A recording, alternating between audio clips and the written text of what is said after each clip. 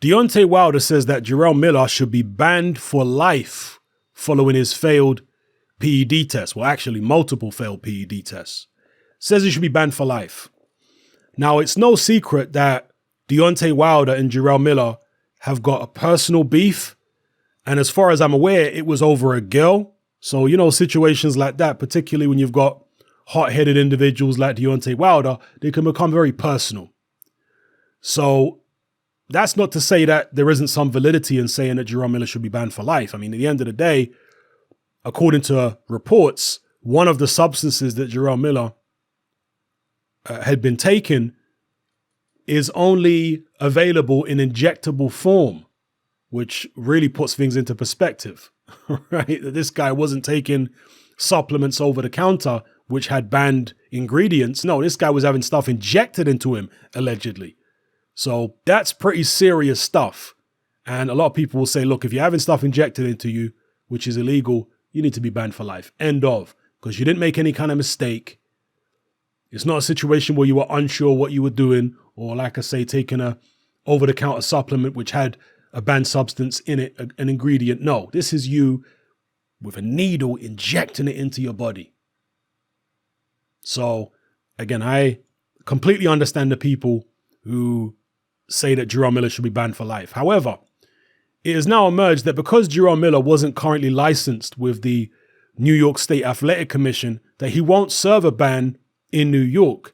Now, I find that a little interesting.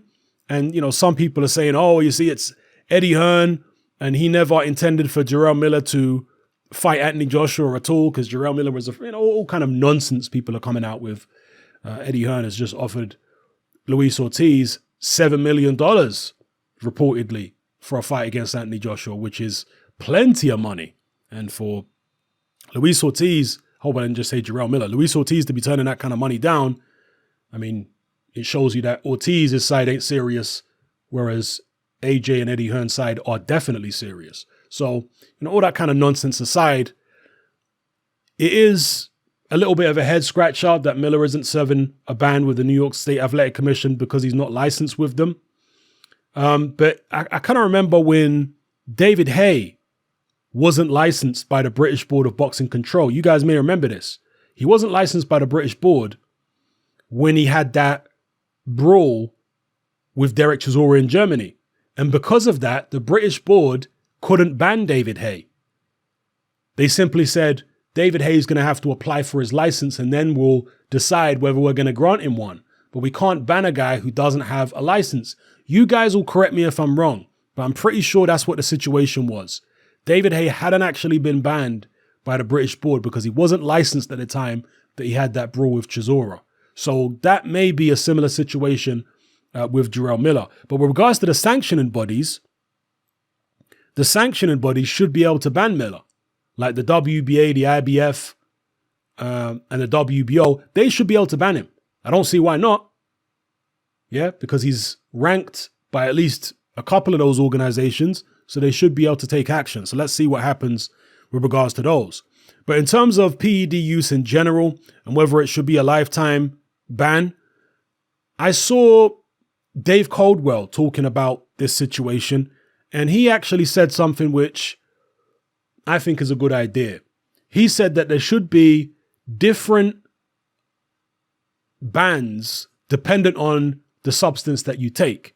So, for example, with the law and, recreational drugs, if you want to call them that, in any country or in many countries, like, for example, in Britain, they split the drugs into different classifications. So you've got Class A, Class B, Class C, etc.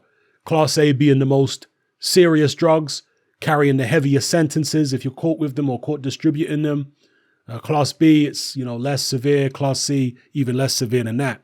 And Dave Caldwell suggested having a similar system in place for PEDs in boxing, where if you're caught using, let's say, Class A PEDs or Schedule 1, as they call it in the United States, something in the top bracket, then that carries a particular ban. And then if you're caught using something in a lower bracket, a less severe ban, so on and so forth. So I think that's a good idea and something which maybe the sanctioning bodies and different commissions might want to look at. And maybe one of the punishments for using the very most, for using a substance which is in the top category, the most severe category, maybe one of the punishments would be a lifetime ban for using certain substances. But to just have a blanket lifetime ban for using any kind of PED, I'm not sure that's the way to go.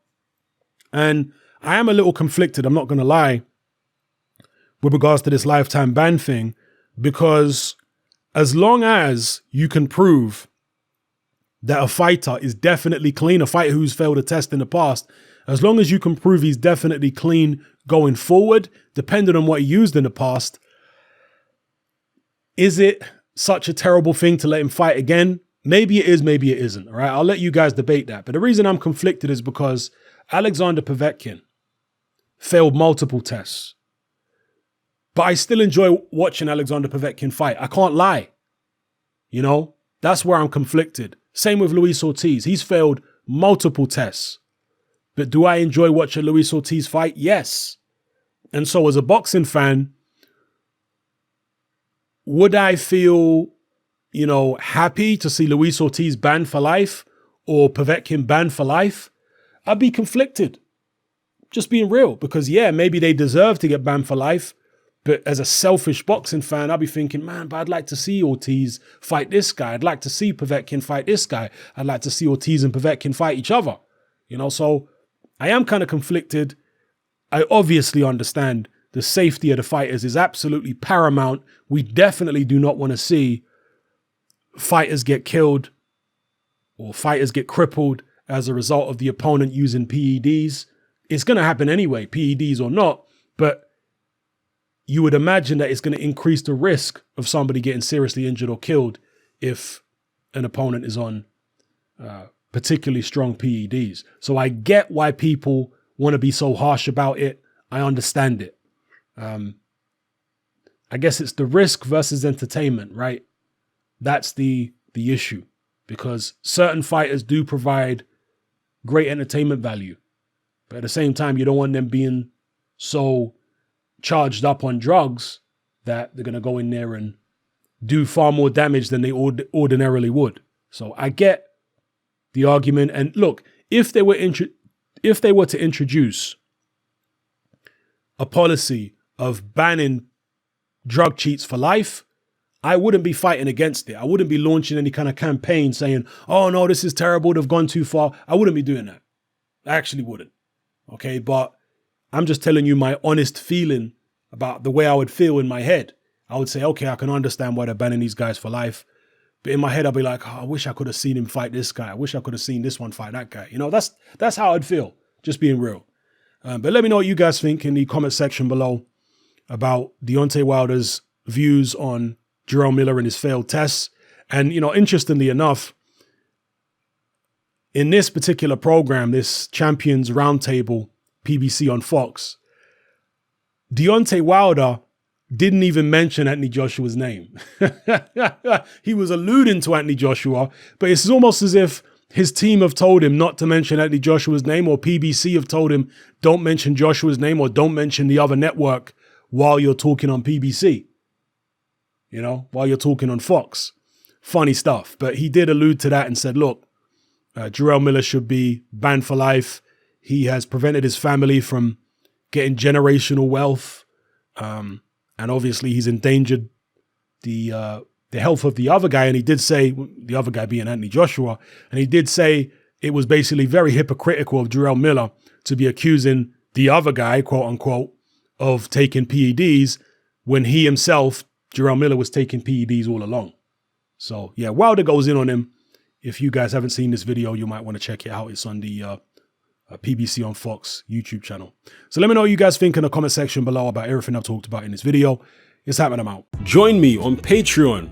I upload a minimum of 2 podcasts every single week, covering a wide variety of controversial topics, as well as live stream Q&A sessions. Take a look on screen right now at some of the podcasts I've produced so far. For just $3 a month, the equivalent of about £2 a month, you get access to all my new podcasts and my entire back catalogue of past podcasts, including my popular Confessions of a Nightclub Bouncer series. You can listen on your computer or on your smartphone or tablet by downloading the Patreon app from the Google Play Store or the App Store for free. The Patreon app also allows you to download each podcast in MP3. For less than the price of a cup of coffee, you get access to dozens of hours of exclusive content.